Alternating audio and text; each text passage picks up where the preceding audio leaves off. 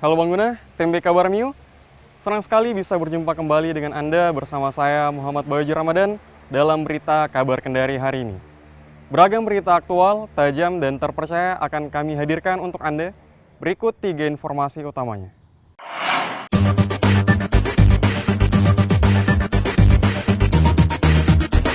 Heboh beredarnya video viral warga pergoki sepasang pria dan wanita mesum dalam sebuah mobil di halaman parkir Bandara Halu Oleo Kendari.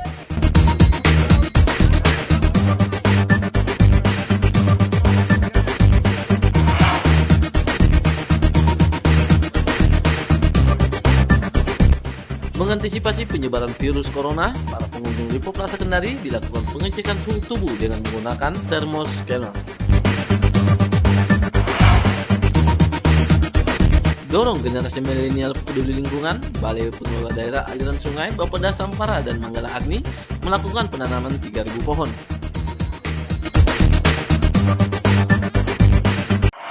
Soalnya bandara ini, Bos.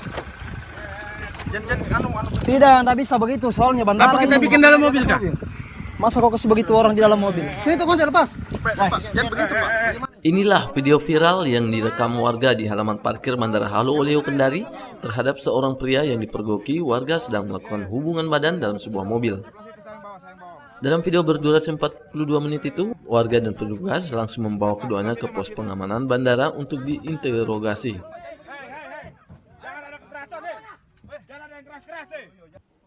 Menanggapi hal itu, Kepolisian Sektor Anomanto kejadian tersebut, petugas yang mendapatkan informasi terkait beredarnya video itu langsung merespon dengan membentuk tim investigasi untuk melakukan penyelidikan lebih lanjut.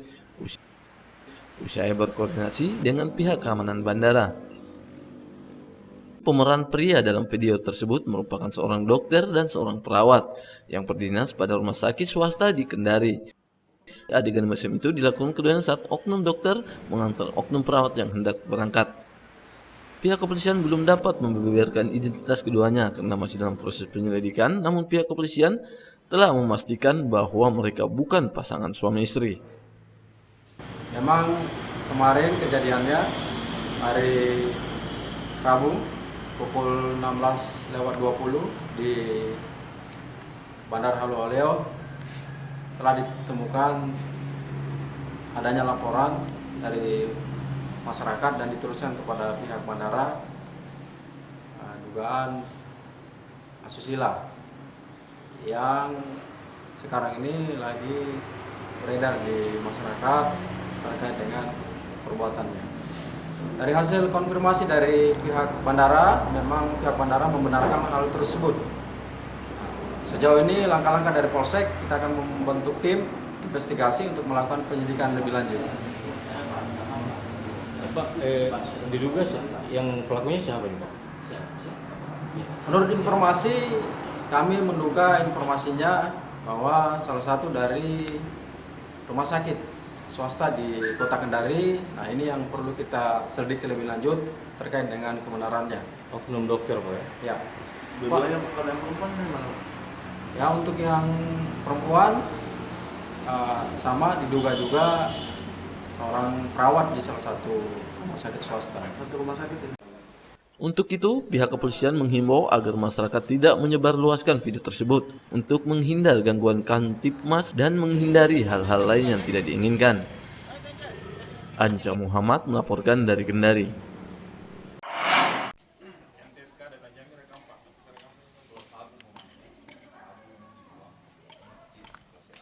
Inilah EN hanya bisa pasrah setelah digelandang tim Satuan Narkoba Polres Kendari dari Lapas Perempuan kelas 3 Kendari, Sulawesi Tenggara pada Kamis pagi. Sebelum menangkap EN, petugas kepolisian terlebih dahulu menangkap 3 tersangka lainnya, yakni Awi, Jemi, dan Helmin di tempat berbeda yang merupakan kurir yang bertugas mengedarkan sabu dari luar lapas. Dari tangan pelaku, petugas berhasil mengamankan barang bukti narkoba jenis sabu seberat 139,67 gram siap edar yang disimpan dalam plastik kecil, timbang digital, alat hisap sabu, serta HP yang digunakan para pelaku untuk bertransaksi. Ketiga kurir ini telah mendekam di sel tahanan Polres Kendari, sementara EN, pengendali narkoba, masih menjalani pemeriksaan di ruang penyidik Satres Narkoba. 4 tersangka kita amankan jaringan lapas. Pengendali adalah Eni. Dia adalah terdakwa yang saat ini menjalani hukuman di lapas kurang lebih 2 tahun yang lalu. Tangkapan Polres Kendari juga. Jadi keseluruhan BB yang kita amankan dari ungkap kasus 2 jaringan kurang lebih 139,67 gram yang dikendalikan oleh Eni dari lapas. Terhadap para tersangka kita kenakan pasal 114, 112 Undang-Undang 35 2009 tentang narkotika, ancaman hukuman minimal 6 tahun. Untuk mempertanggungjawabkan perbuatannya, keempat pelaku diancam 6 tahun penjara. Al-Ghazali melaporkan dari Kendari.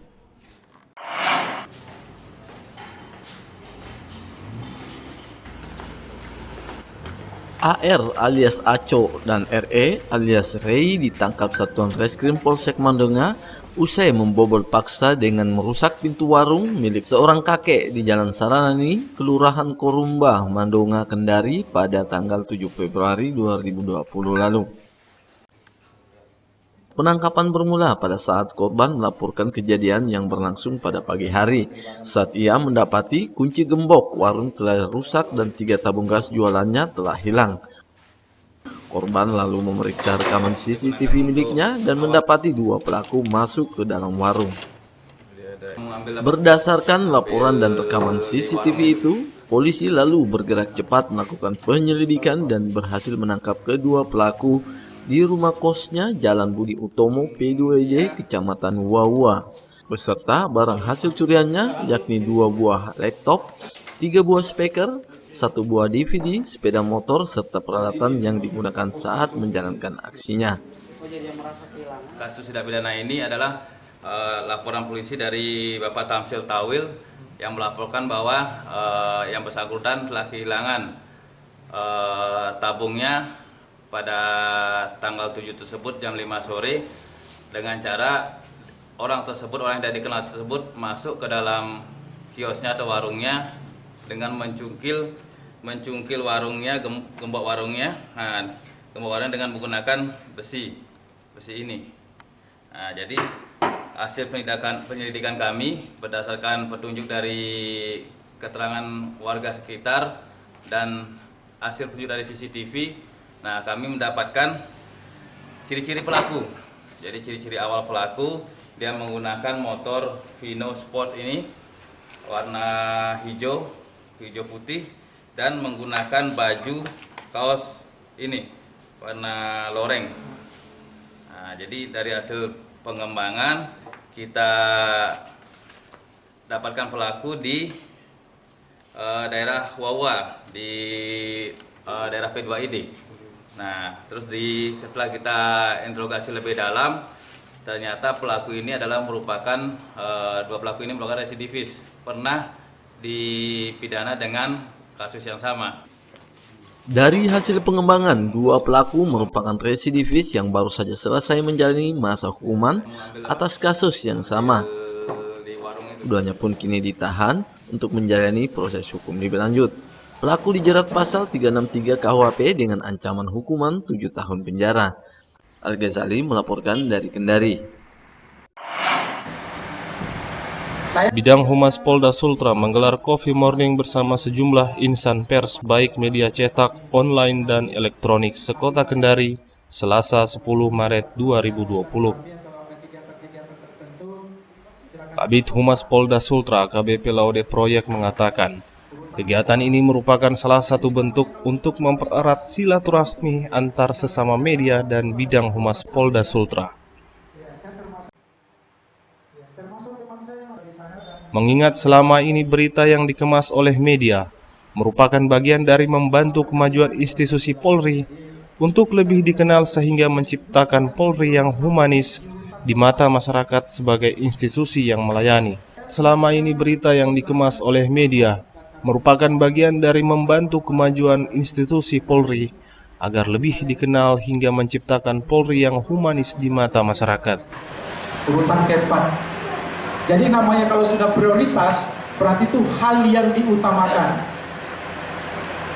Hal yang diutamakan dalam menunjang pencapaian tujuan. Ya. Makanya kita berada di sini ini bukan hal yang biasa, karena memang prioritas pimpinan terkait dengan manajemen media dalam rangka apa? Ya, dalam rangka rekan-rekan bekerja pengabdian kepada masyarakat itu lewat pena, lewat media. Ya. Kalau kami ini Sementara itu, Ketua Aliansi Jurnalis Independen Kendari Zainal Ishak meminta agar ke depan Bidang Humas Polda Sultra untuk lebih berperan aktif memberikan informasi kepada seluruh media baik online maupun televisi selama 24 jam. Pentingnya konfirmasi dari pihak kepolisian untuk diketahui masyarakat. Sebelum pilkada, dalam beberapa bulan terakhir, angka kekerasan terhadap jurnalis itu cenderung meningkat. Bahkan dalam 1-2 bulan ini sudah ada beberapa wartawan yang dilaporkan, dan kami sangat protes keras terhadap aparat penegak hukum yang menggunakan undang-undang ITE terhadap penanganan sengketa pers. Itu kami protes. Idealnya sengketa pers harus diselesaikan sesuai dengan mekanisme pers. Kita ada undang-undang pers nomor 40 tahun 99. Maka ranahnya di situ. Ada beberapa tahapan yang bisa dilakukan di situ. Bisa diklarifikasi di situ. Semua aturannya sudah ada hak jawab, konfirmasi dan lain sebagainya. Selain itu, Polda Sultra juga diminta untuk mengikuti prosedur Dewan Pers terkait sengketa pers melalui rekomendasi sebelum dilakukan penindakan bila ada masalah terkait pemberitaan. Bagas Ali Mahfud melaporkan dari Kendari.